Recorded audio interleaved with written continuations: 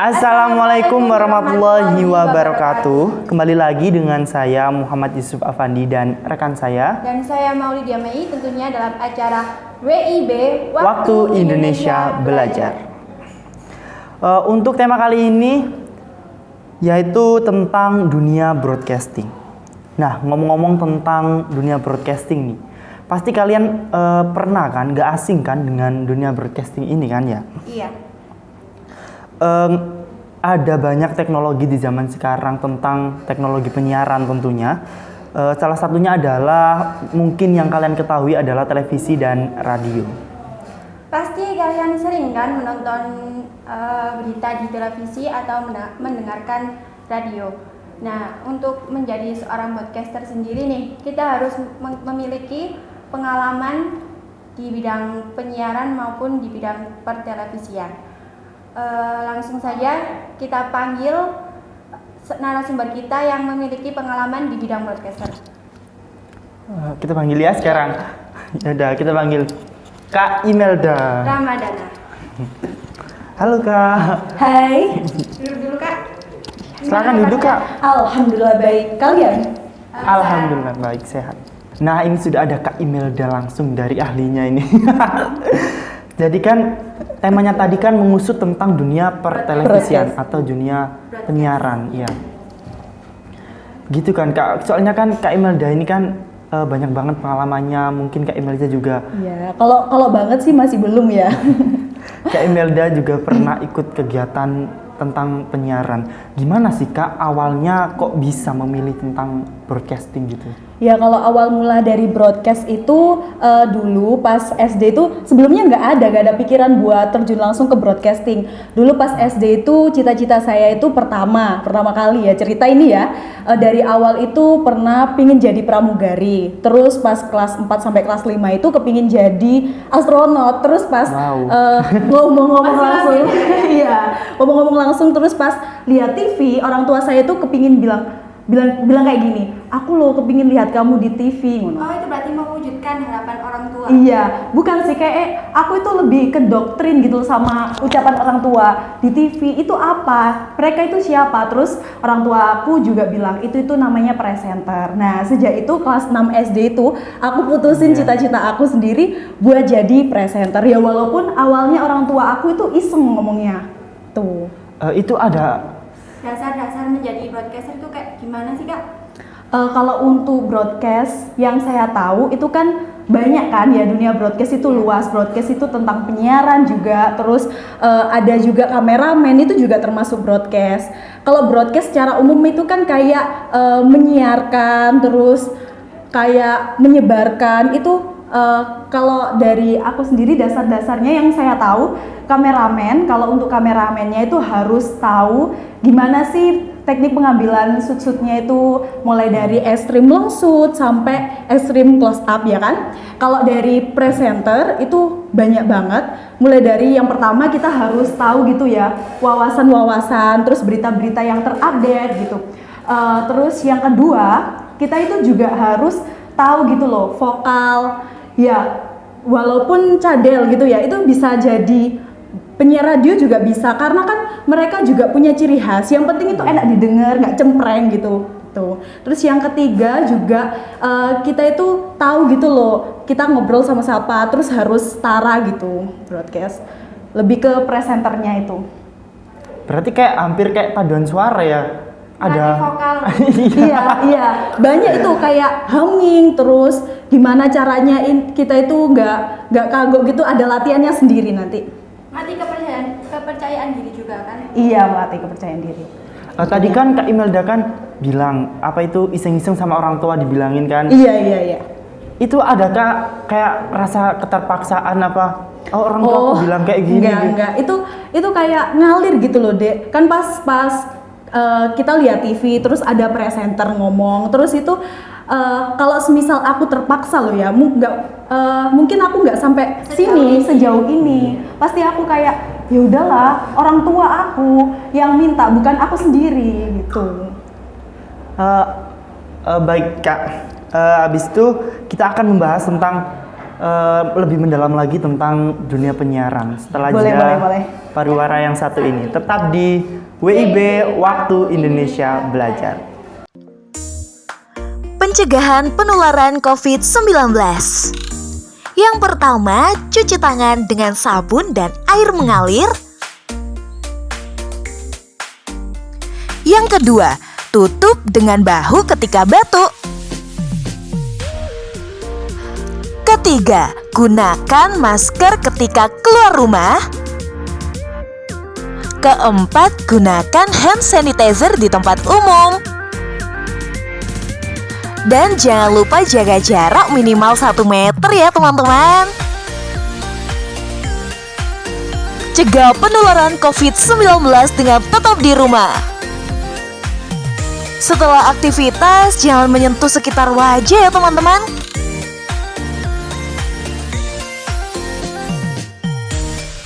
Aku Imelda Ramadana, mari cegah penularan COVID-19 dengan tetap di rumah.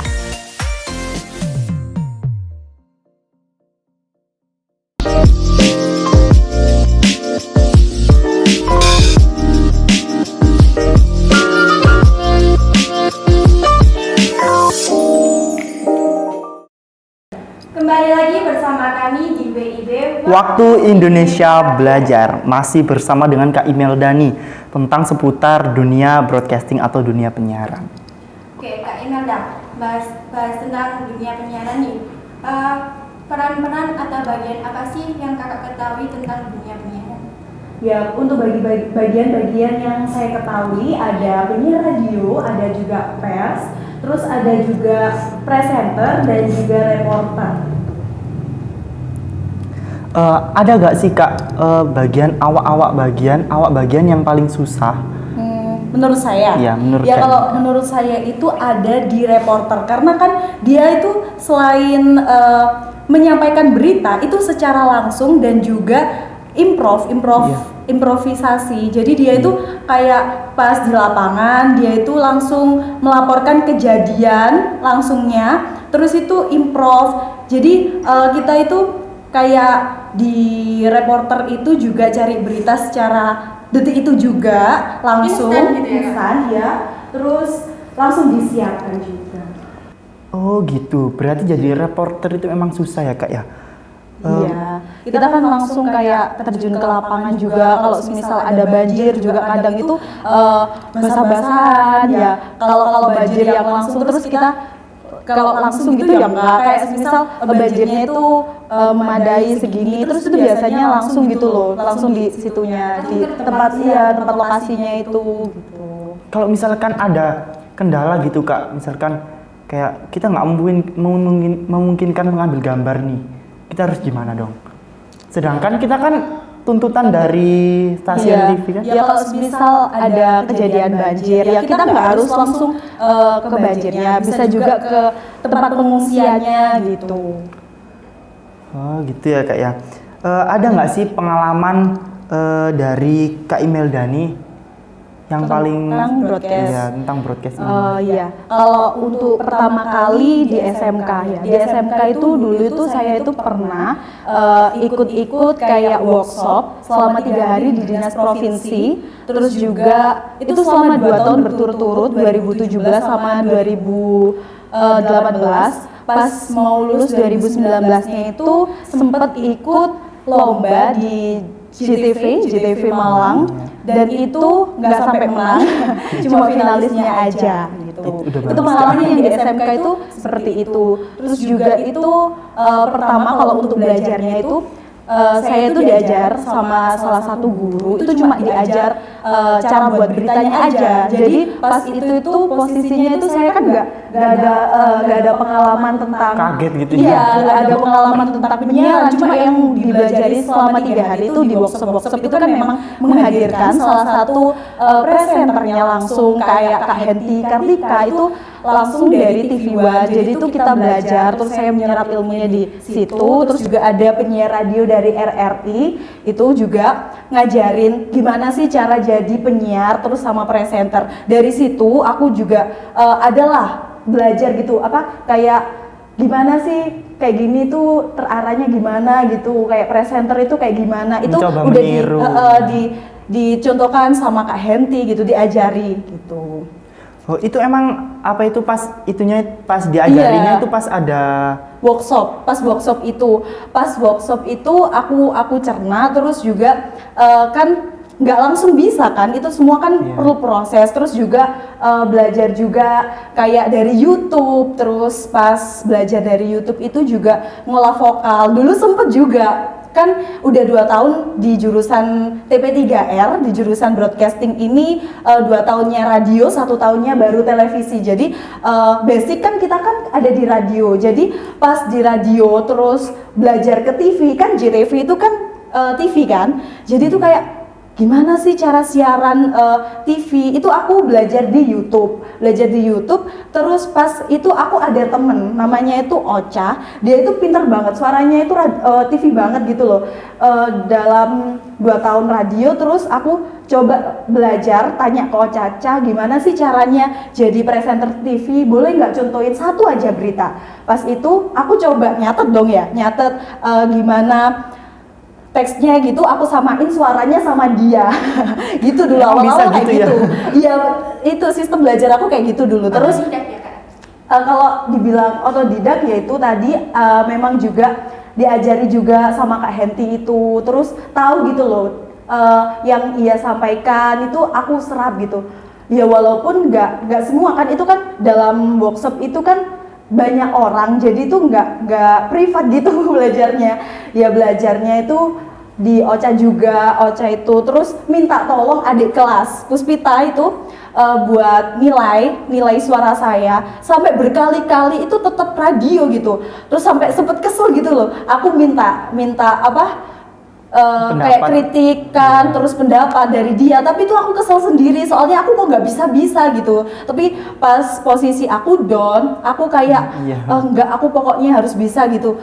Terus tetap lah aku kayak belajar gitu. Itu yang temennya kakak Ocha itu, dia mungkin kan kakak katanya pernah Iya, belajar iya. sama dia. Dia Iya. emang lulusan mana atau Oh, kalau pernah belajar? iya, dia itu dari Blitar. Dari Blitar, temen di workshop, dia itu pas sama-sama maju kan itu. sempet praktek. Aku terserah mau radio atau TV, aku coba di radio. Terus dia itu juga kan dulu itu kayak di workshop itu ada 3 predikat. Kalau bagus, yang terbaik itu dipanggil. Pas itu yang Baik. bagus itu ada Kak Ocha juga. Nah, Iya. Kak Ocha itu pas itu ya nyentuhin tentang TV. Mungkin kalau di 3 ini nggak semua tentang TV. Pas Iya. itu juga aku dipanggil, tapi nyentuhin radionya gitu. Ya baik Kak, nanti kita akan membahas pengalaman kakak lebih mendalam lagi setelah Boleh, jeda boleh, pariwara boleh. yang satu ini. Tetap di WIB, Indonesia Belajar. Stop bullying di sekolah. Apa itu bullying?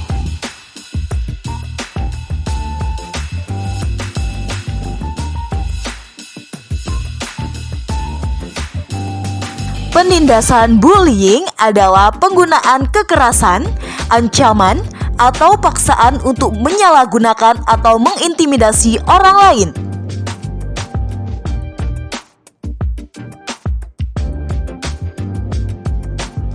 Bullying di sekolah adalah penindasan yang dilakukan terhadap teman sebaya yang dianggap lebih lemah.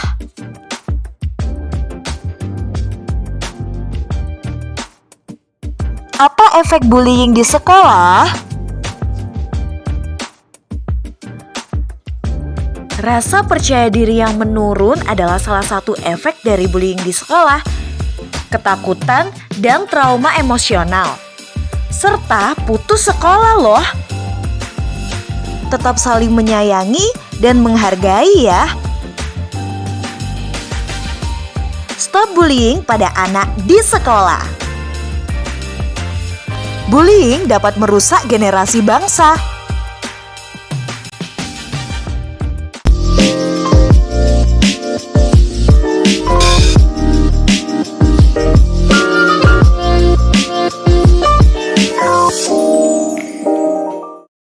Kembali Kembali lagi bersama kami di WIB Waktu Indonesia Belajar. Masih bersama dengan Kak Imelda nih.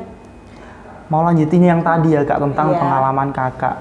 Iya. Ada nggak sih pengalaman yang lain Kak? Misalkan kan tadi kan menceritakan tentang di workshop, mungkin ada yang lain gitu. Oh iya, kalau habis workshop itu kan setiap tahun kan ya, pas 2017 sama 2018, 2019-nya ikut lomba di CTV itu, terus juga pernah ikut workshop juga di Pancar Air kalau nggak salah, apa ya, di Pandaan itu tentang dunia wartawan, pers gitu. Tuh. Wow. Terus juga Banyak banget nih pengalamannya nih. Bukan hanya presenter, wartawan juga loh. Iya, cuma 1 hari. Kalau di workshop kan 3 hari nginep di Wismanya. Terus kalau di situ itu 1 hari, tapi memang benar-benar belajar gitu tentang teknik pengambilan gambar, di mana itu gambar itu mengandung berita gitu kayak gitu. Terus juga pas setelah lulus itu juga baru lulus ikut lomba penyiar radio di itu mana ya, UPN radio. Tapi memang kan belajar itu nggak langsung kan ya, pas di JTV juga nggak sampai, sistemnya itu sistem gugur, jadi aku nggak sampai jadi juara. Yang pertama itu diambil 50 besar, terus kedua diambil 20 besar, sampai 20 besar itu ya udah nggak masuk di 10 besar. Kalau semisal masuk di 10 besar itu kayak direkrut gitu loh, jadi anggota CTV itu. Terus juga pas baru lulus ikut di UPN Radio, memang ya kan banyak kan yang lebih pengalaman lagi dibanding saya, jadi itu masih kalah gitu. Pas itu udah kayak sempet aduh down gitu loh, aku kok nggak pernah menang gitu, belum bisa banggain orang tua juga. Terus juga sering disenengin sama sekolahan, sering nggak ikut pelajaran, tapi kok aku belum pernah menang gitu loh. Sampai dulu itu pas di JTV itu bilang, selain di JTV itu kan abis workshop, iya ya, aku baru ingat di workshop itu juga Sampai lupa ngadain kebanyakan lomba, pengalaman. diikutin lomba sama sekolahan juga, TIK, tapi tentang penyiaran gitu. Pas tentang penyiaran itu malamnya, ini tuh kejadiannya lucu banget, soalnya malamnya itu kan nggak makan, jadi seharian itu nggak makan, soalnya kan nggak tahu itu di hotel nggak tahu cara makannya itu nggak tahu. Cara makan nggak tahu, padahal tinggal ngap gitu aja. Tahu cara makannya, tahu, bukan maksudnya tempat makannya itu di mana gitu nggak iya. tahu. Kalau disediain makan itu nggak tahu. Biasanya kan kalau pikir saya Beli di hotel sendiri itu gitu. enggak, di hotel itu pikir saya itu disediain makan terus ditaruh di kamar gitu kan, belum ada pengalaman di VIP hotel. mungkin, VIP. Presiden. Jadi itu mikirnya mana sih makanannya, kok nggak datang gitu.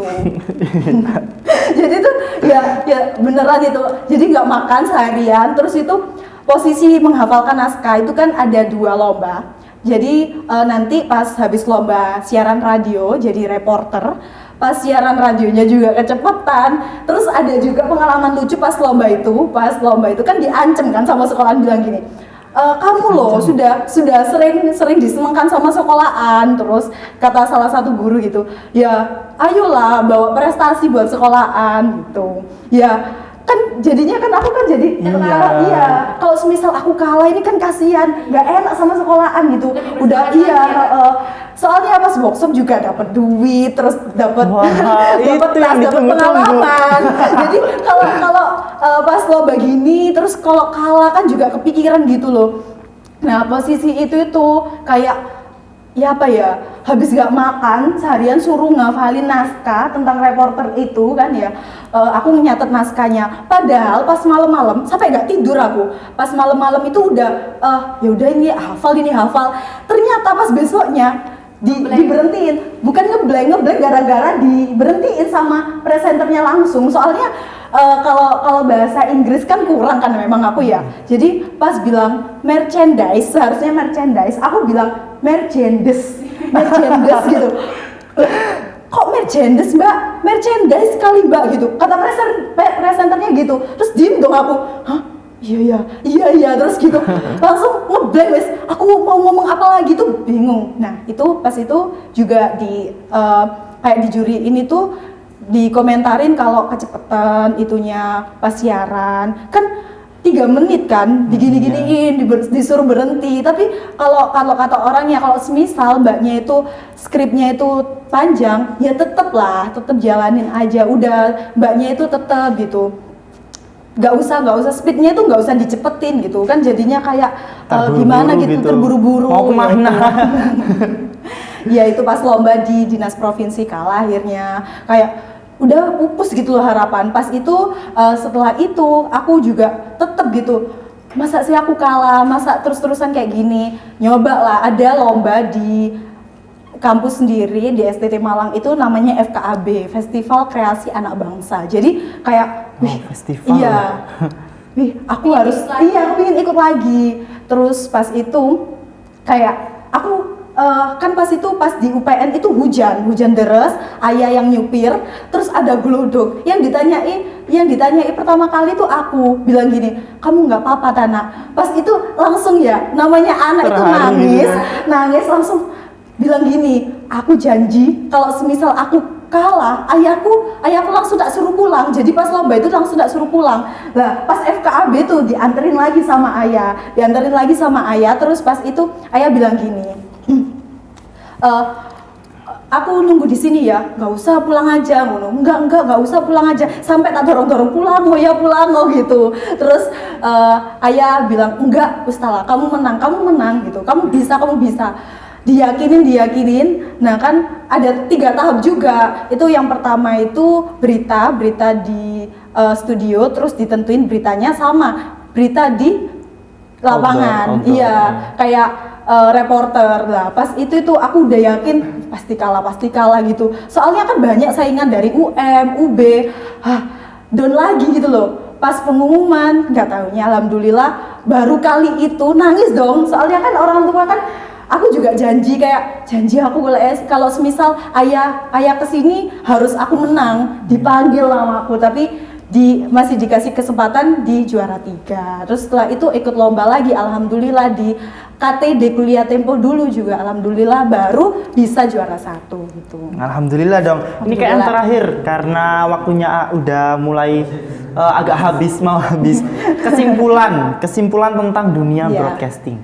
Ya kalau kesimpulan dari semua pengalaman itu menurutku buat kalian yang down gitu, aku kayaknya nggak bisa di basic ini, kayak semisal aku kayaknya nggak bisa deh gitu, nyerah atau down. Kalau menurut saya itu tetap semangat terus lah pokoknya. Nggak ada itu kata-kata kalau semisal kita kurang usahanya, memang pasti kita kalah. Kalau semisal kita usaha terus menerus itu pastilah ada titik temunya. Manjada wajada, siapa yang berusaha, siapa yang bersungguh-sungguh pasti dia akan mendapatkan gitu.